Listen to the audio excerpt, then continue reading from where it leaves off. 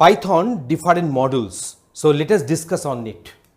Can import our module according to our requirement, and also at the same time we can rename it. That means we can create the alias of the imported module. So here import math module as m. So next time if I want to use this math name as a module name, here instead of that we'll be using m dot. So print the value of pi is m dot pi. Because we have done the renaming of it, we have done the alias of this math as m. So m dot pi will print the respective pi value. Now use of from math import pi. So that is another way to import this pi here. So from math import pi. So in this case there is no need to write math dot pi.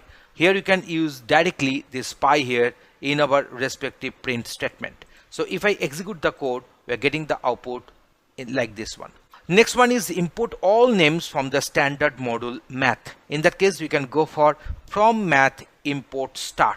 So all the names from the standard module math will get imported, and later you can use this pi for the printing, that is the value of pi is pi here.